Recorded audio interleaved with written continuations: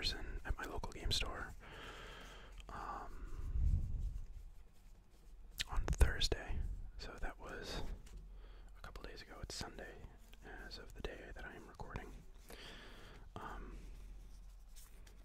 And the format was a format I'm not very or particularly familiar with. It was Guilds of Ravnica, I think. Or maybe it was, no, Ravnica Allegiance. It's that symbol in the right-hand corner. I think that's Ravnica Allegiance.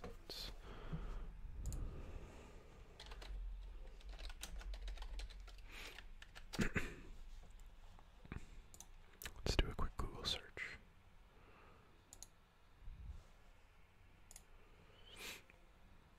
And of course I don't have internet. Now I do. Yeah, it was Ravnica Allegiance. So, it was a format I was not particularly prepared for. But I did a quick, just like look up on the internet of draft guides for the set. And I built a deck. I ended up going 2-1. Technically 2 wins and a draw. So I was 2-0, and the other guy that was 2-0, we just decided we would split and play for fun, and I lost, but we split, so that's technically a draw. His deck was the only one that I just didn't match up well with.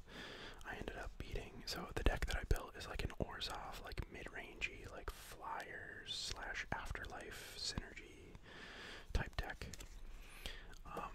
And I ended up playing like Rakdos Spectacle that I was able to stabilize against and actually pretty much just beat. I think he maybe had like really bad draws or just didn't play well.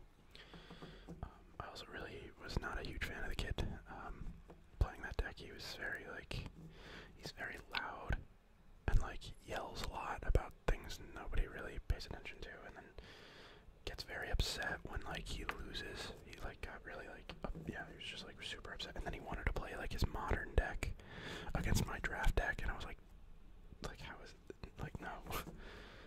He wanted to play. He had a modern like is it prowess deck I think or something like that, and he was like, can we just play against it like for fun? And I was like, absolutely not. Well, I said I was going to, but thank God the round timer started for round 3, so I didn't have to do that. Anyway, so I played Rakdos Spectacle.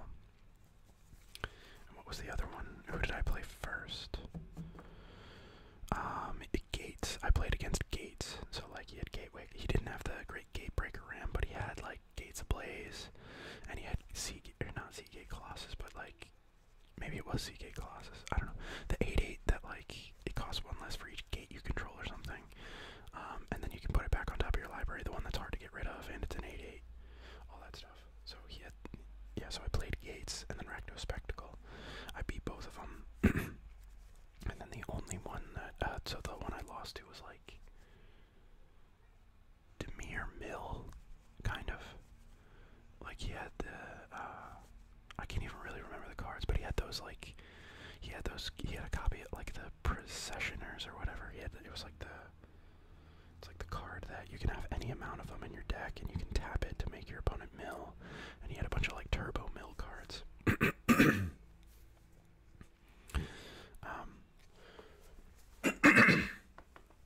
Sorry about that. But yeah, he had like a bunch of mill cards, and he was able to stable. Like my deck is like more mid-rangey, but I don't have like a lot of haymakers. Anyway, so I did pretty well, and I was really happy with myself, and I think I drafted fairly decently. So my pack 1, pick 1 was Ethereal Absolution. Ethereal Absolution is a 6 mana for a white and a black enchantment. Creatures you control get +1/+1, and creatures your opponents control get -1/-1. And you can pay 4 mana to a white and a black to exile target card from an opponent's graveyard. If it was a creature card, you create a 1/1 white and black spirit creature token with flying. So this I mean, it's kind of like it's like a worse Elish Norn, because it doesn't have power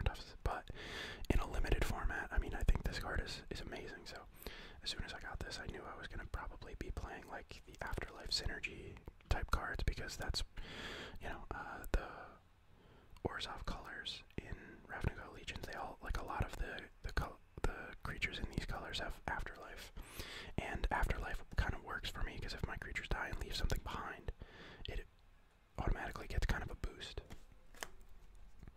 So I was lucky enough. I think I ended up getting like 3 Orzhov Guild Gates to help fix my mana.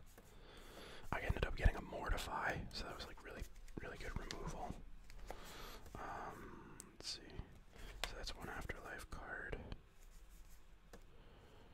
That's actually worth talking about. Yes. Yes. Just trying to take the cards out. So there's another one of my Orzhov Guild Gates. Orzhov Enforcer. Okay, yeah, so like basically the beef of my deck. I mean, so that was like my big bomb that wins me the game. And then the rest of my deck was like, so I think I ended up only getting like 3 afterlife cards. Or no, 4. Impassioned Order. I thought I had another one of those messengers.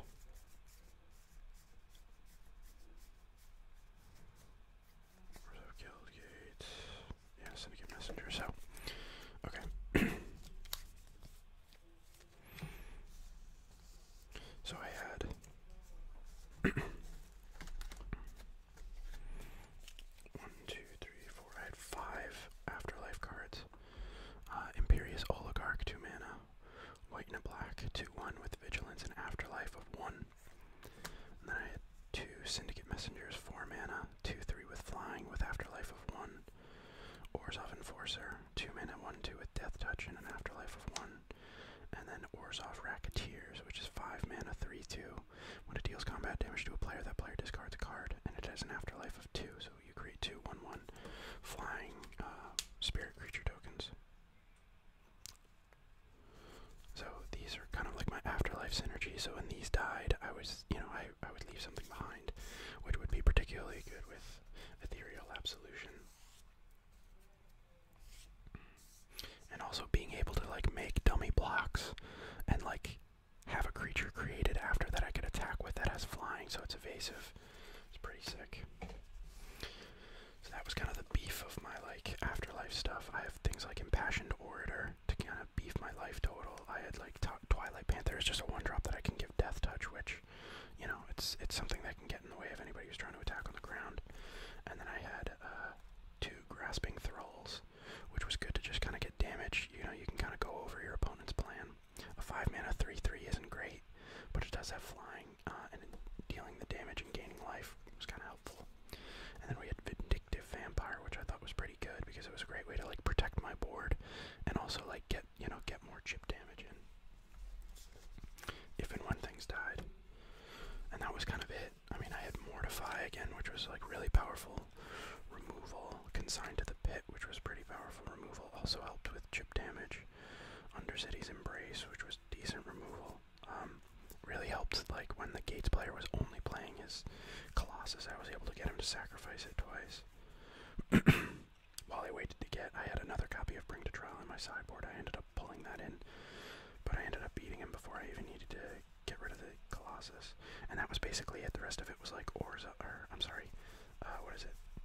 Hasda Officers, like Civic Stalwart. I had like a bunch of random creatures that like didn't fit the afterlife synergy, but would help me, you know, get +1/+1 counters on creatures and stuff to make, you know, to get more damage through.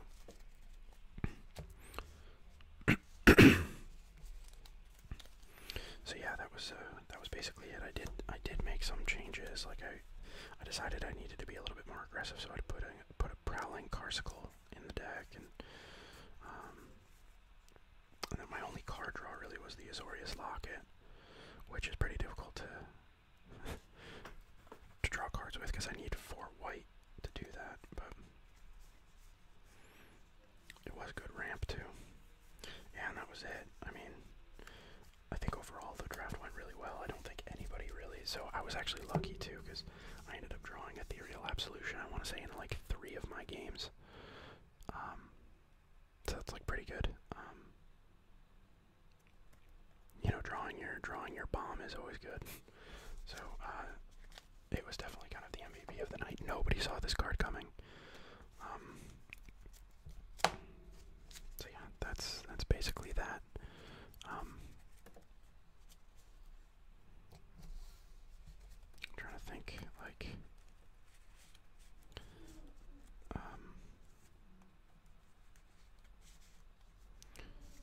yeah, Rakdos Spectacle Gates, and then it was like a Turbo Mill, which was frustrating, but it is what it is. I actually need to unsleeve these, so maybe I could do that on video. I don't know why I just shuffled then, but whatever.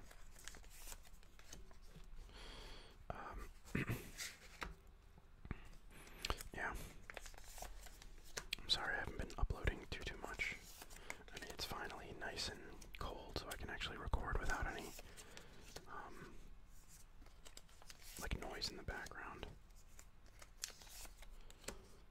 I've just been super busy lately. Went on vacation last weekend. Went up to the Finger Lakes in New York, and I had a really good time. And with work, I've just been working a lot. And also, I mean, just straight up, just kind of busy, like, Monday nights, I usually don't want to do anything. It's Monday night. Tuesday nights, we have trivia.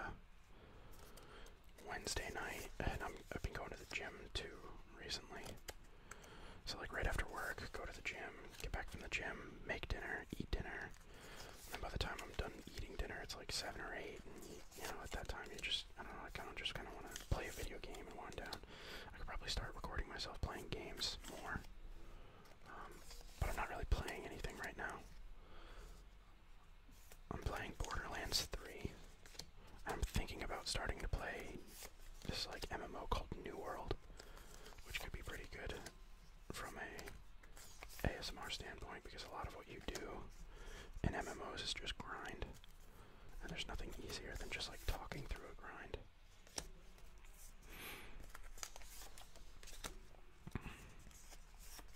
Was that the only rare in this deck? Was Ethereal Absolution? I'm gonna have to go through this again.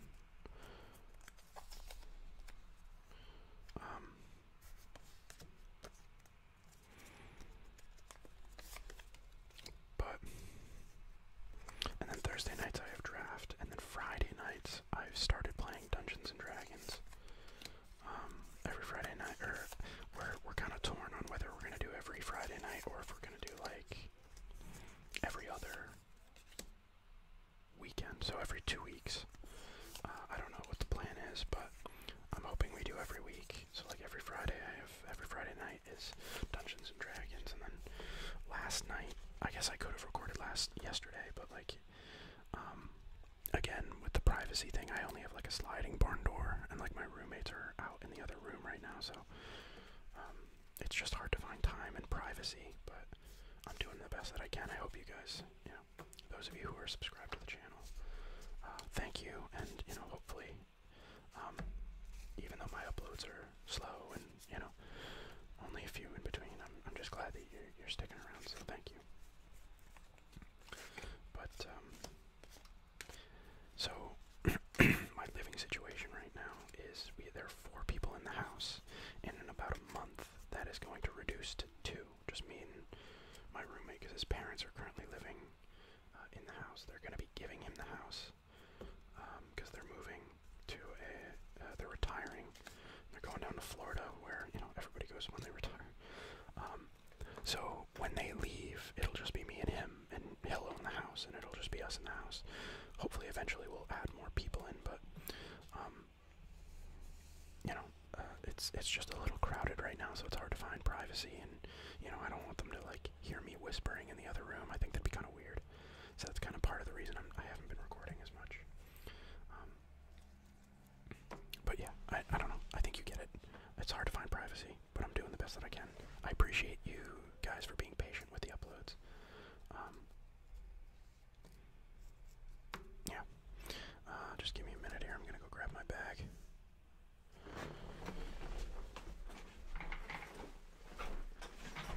Okay.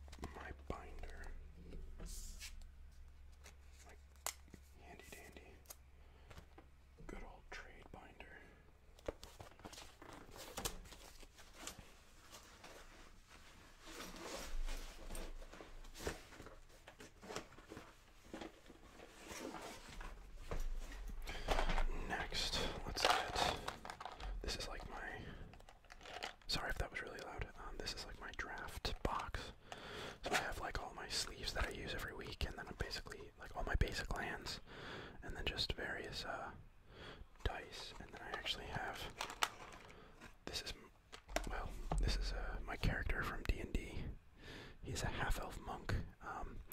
The dungeon master actually has the current avatar piece, like, you know, miniature that I'm using. It's the same. It's like the same guy, but he's just standing up and has a quarterstaff. When I hit level 3, or like once I can become a monk of the 4 ways, or like, you know, there's like at a certain level when you're a monk, you can start using like earth, air, fire, and water, and like bending elements, like the avatar from Avatar: Last Airbender. I think when I hit level 3, I'm gonna change to this guy because I'm gonna stop using the quarterstaff so much and start using like earth, air, fire, and water to fuck people up. Anyway, so let's get these basic lands back where they belong. Wait. Plains, islands. Next should be swamps. There we go.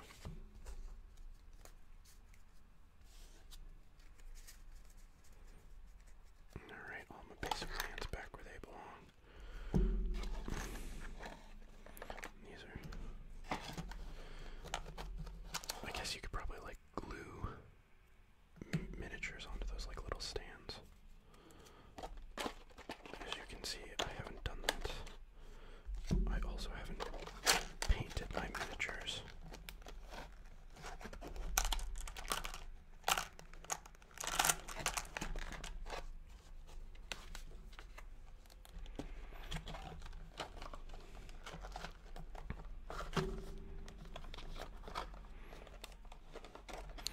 Man, that was a struggle.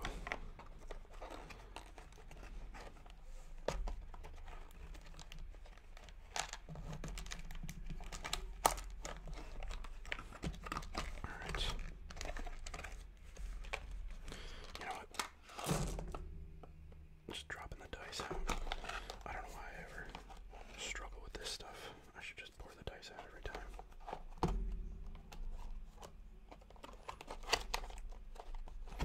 Okay, now we make room for the dice.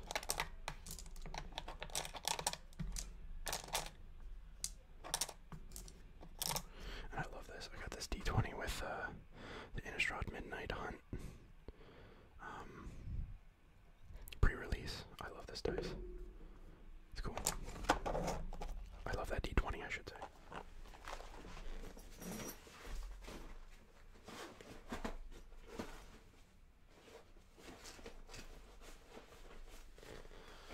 Okay, just want to go through these. I don't think any of these were rares. I think that Ethereal Absolution was the only rare. Yeah, okay, good. And then we got the guild gates, so all these can go in my bulk folder. You little miniature dude, you can stay there. And I guess that kind of does it. This is kind of a short video.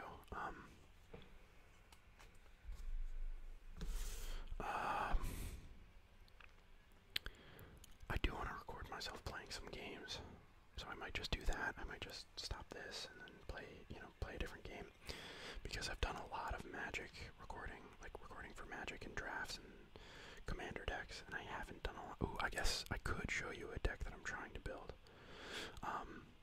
Yeah, I'll go get it.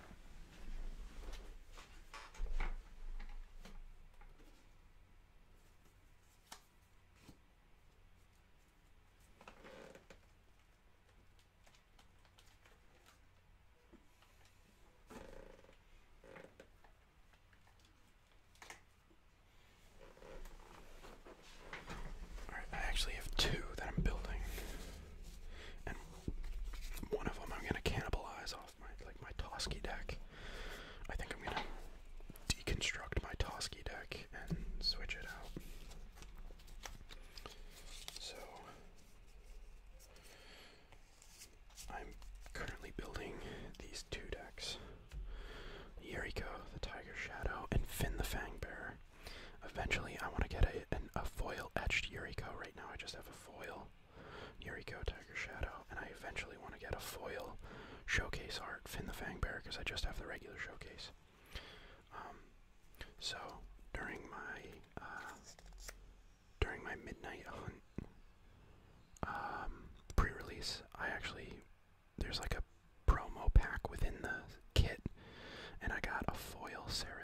Reverse Fang.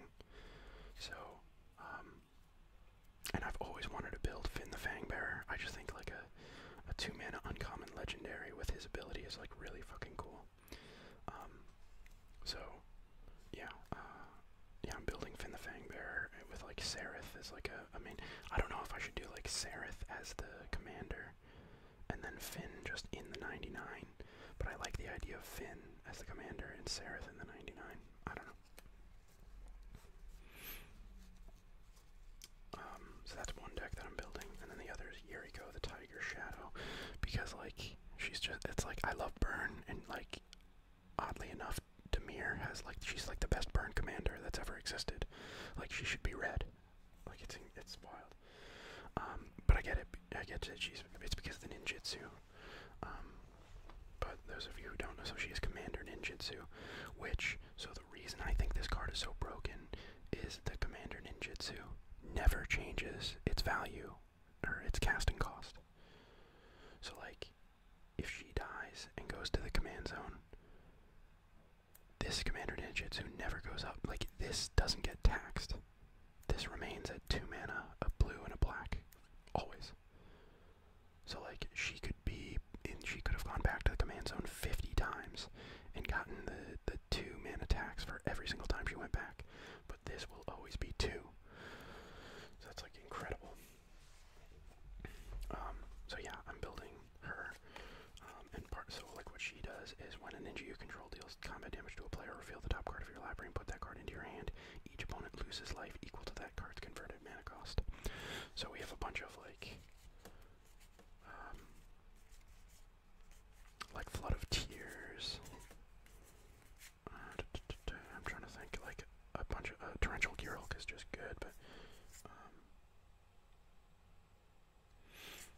basically I have a bunch of like Dig Through Time, Mu Yanling, Peer into the Abyss. Scheming Symmetry is really good because you can make sure you get something like really big on top of your deck. Let's see, Raven Form, Crystal Shard. Drown in the Lock is really good. Counterspell, Karn's Temporal Sundering. Drawn from Dreams, Sublime Epiphany. Memory Deluge, Mnemonic Deluge, Bolas Citadel. So basically I want to try to get a bunch of high mana cost spells in the deck so that my opponents basically just lose a shit ton of life. And then the rest of it is, you know, like things like, I don't think Consider is actually a card I necessarily want. But it is a way to kind of take a look at the top card of your deck and draw it.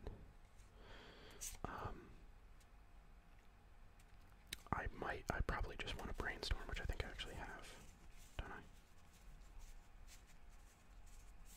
Yeah, I have a Brainstorm. So really, the way I want to fill this deck out, I have like Vorpal Sword, I think is just good. It's not bad in this deck, probably not great, but what I want to do is fill this deck up with a bunch of like creatures that scry and a bunch of unblockable creatures so that I can ninjutsu, a bunch of ninjutsu creatures, and then just like a bunch of like, you know, like high mana cost turns cards, like, you know, low mana cost like counter spells and interactive spells, and then a bunch of high mana cost like extra turn cards and stuff like that. Like Sublime Epiphany, like things that are just like ridiculously expensive that do like a shit ton of stuff, but can make my opponents lose like a lot of life.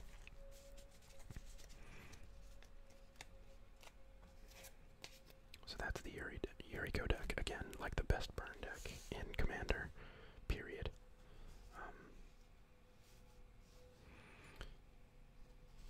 And then Finn the Fangbearer. Finn the Fangbearer is a lot harder to build, I think. Not in, like, in the sense of, like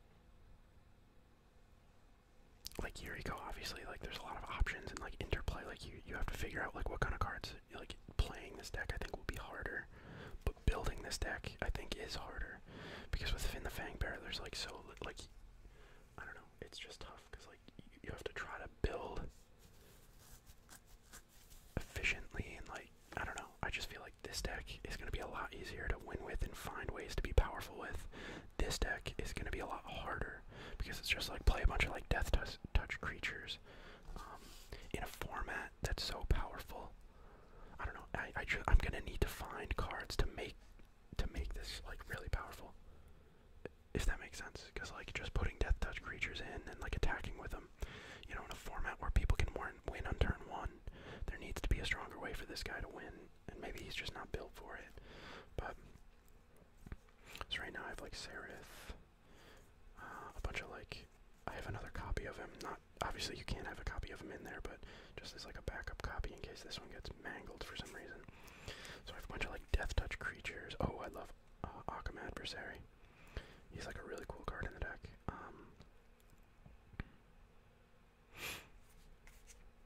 A bunch of like death touch creatures. Sylvan Anthem is pretty cool. Bow of Nylea. Courser of Krufix just helps cast lands from the top of the library. Fight spells.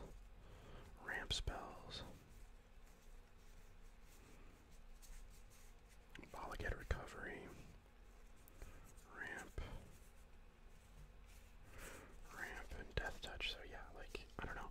The idea is, so I think I'm just gonna like fill this deck up with a bunch of like powerful Death Touch, you know, green cheap Death Touch creatures. I don't know if maybe I should just try to go super wide as fast as possible.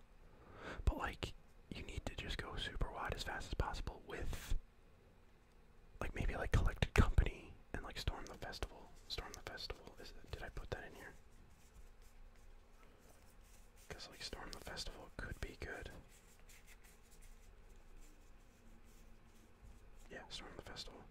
5 or less, like, I don't know, I think Collected Company's better, but it's expensive. But like try to go as wide as possible, and like if I can give everything Death Touch, or like with Sereth, like if I have a Scoot Swarm and Sereth, and I can just make a bunch of wide things and get attacks in and kill people with like Finn's ability. I really don't know. I don't know.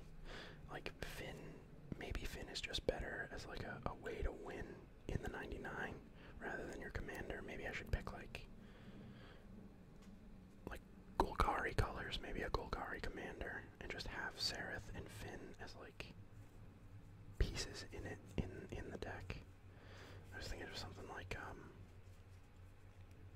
Shevel, Bane of Monsters or whatever as a commander, but like I don't know. As a commander, his like abilities, like it requires so much action that like I feel like he's not that good of a commander. But I don't know. I don't know. Ideally, eventually, I'm gonna get like Vorinclex, and Vorinclex obviously will boost Finn the Fangbearer like a shit ton, because it'll double the counter, so you can like insta-kill people with Vorinclex and Finn the Fangbearer. Or maybe, well, and that's the thing, but like I wouldn't want Vorinclex as the commander either, because then you'd probably want to go with like a +1/+1 strategy. Anyway, eventually I want Vorinclex, Monstrous Raider, and like in this deck, and like a, you know, a bunch of, I'll fill it out with a bunch of other Death Touchers and stuff like that. I'll probably get a Harmonize in here somewhere. I don't think I have one. You know, just fill it up with a bunch of stuff. But yeah, these are the two decks that I'm building right now that I am super excited to play. I just heard a really loud buzzing, and I got nervous because there was a massive wasp in my room the other day. Alright, well, I'm gonna go deal with that. Thank you everybody for watching. Again, I'm sorry that my uploads have been slow. These are the two decks that I'm building. If you guys have any recommendations on cards to include, let me know. Other than that, the draft went really well, and hopefully I'll be recording another video for you guys to watch. Might not be Magic, might be another